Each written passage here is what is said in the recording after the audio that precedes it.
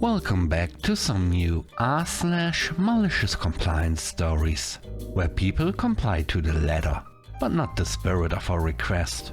I hope you had a great day. Thanks for all the likes and comments on the last video. And now let's start with the first story.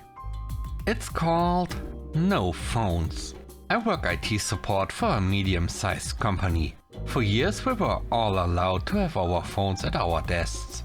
Family emergencies, doctors calling back, no one cared as long as you weren't scrolling social media all day. Then last month a new manager shows up. He sees one person check a text and completely loses it. Next thing we know, an all caps email hits our inbox. Effective immediately. No personal phones during work hours. They must be left in your car or locker. This means 9 to 5, no exceptions. Anyone caught with a phone will be written up. Alright then, boss. Here's the thing. The same manager works from home 3 days a week. And when server issues pop up after hours or on weekends, guess how he reaches us? Our personal phones. We don't even have company phones. So, Friday afternoon, 5:45 PM. I noticed a major server issue. I could fix it in 10 minutes. But, per policy, my phone is in my car. I calmly finish my work, clock out at 5 and walk to the parking lot. At 5:15, I finally check my phone. 17 missed calls. A wall of panic texts from my manager. The server's been down for half an hour. Multiple departments completely stuck. I call him back. Hey, just got to my car and saw your calls. What's up? He's livid, fuming that I didn't answer. I remind him, company policy. No phones, no exceptions. Just following the rules so I don't get written up. Silence. Monday morning, a brand new email. Personal phones are permitted at desks for emergency purposes. Back to normal. The next story is called Business Attire. Back in 2012, I worked in a call center for one of the major cell phone companies. It was midsummer and the AC was barely keeping the building cool. I'm a big guy, 6'5", 300 pounds, built like an NFL lineman. I run hot, always have. I had a fan at my desk, but management told me no fans or heaters allowed. Alright then.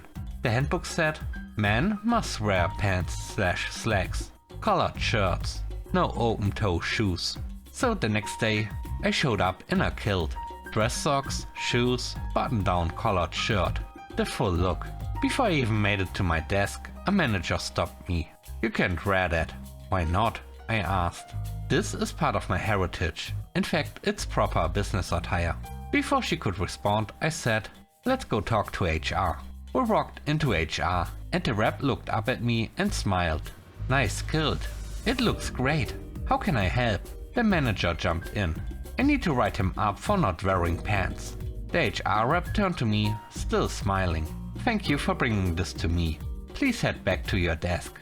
I don't know what conversation happened after that, but I do know this. Later that day, that same manager apologized to me. And after that, no one ever said a word about my kilt again. The last story is called Wannabe Manager. I used to work in the training department of an office. My manager back then was amazing. Super chill. She didn't care when I clocked in or out, as long as I did my contracted hours and didn't take advantage. I usually came in around 7:30 AM. I didn't officially start until 8, but I liked having a little time to say hello, make tea, maybe chat with a coworker. I'd usually be working by 7:50, 10 minutes before my shift even began. I was supposed to finish at 4:30 PM, but I often stayed until 4:45. Sometimes I left at 4, but the next day I'd stay later. My hours always balanced out. Then my awesome manager went on maternity leave, and in her place they gave us the wannabe manager. She didn't know our department, didn't understand our work, and for some reason she hated us. No explanation, just pure hostility. She quickly noticed my weird hours and dragged me into her office. She accused me of stealing company time, called me unprofessional, and told me she was going to make me work properly. I tried asking questions, but she snapped. One more word and you are out. So I asked the only thing that mattered. What do you want me to do? Her answer? Work the exact hours in your contract. Start at 8 AM. Finish at 4:30 PM. Nothing else. That's what I want to see on your timesheet. Alright then. Here's the thing. I am petty. Very petty. And she had no idea what was about to hit her. The next day, I stood by the clock machine and clocked in exactly at 8. I rocked my day, then stood there again to clock out exactly at 4:30 PM. And my coworkers noticed. All 10 of us in the department joined in. Every morning at 8 sharp, 10 of us clocked in together. Every morning at 4:30 sharp, 10 of us clocked out together. It didn't take long for chaos to follow. She scheduled a meeting at 4 one afternoon. 4 of us were in that meeting. At 4:25, while she was mid-sentence, we all stood up, left, grabbed our things and rushed to clock out at 4:30. She didn't even have time to ask what was happening. The next day she tried again, scheduled a meeting at 4:30. Every single one of us declined. She lost it, sent out an angry email threatening to write us up for insubordination.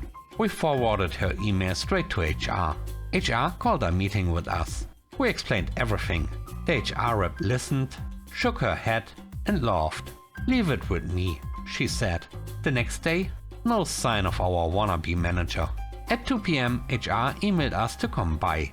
They explained she would no longer oversee our department. In fact, she would no longer be with the company at all. Officially, her objectives did not align with the business. Unofficially, gossip said she had been causing problems in multiple departments and was on her last chance already. We went back to our normal, flexible schedules. When our real manager returned from maternity leave and heard the story, she just laughed and said, "Sounds like I raised you all well." Thanks for watching the video to the end. I hope you enjoyed it. If you did, please don't forget to leave a like, comment and subscribe. And if you have time, watch another one of my videos. Also, if you want to support me further, check out the channel membership or Patreon. And now, I hope you have a great day. See you soon. Bye bye.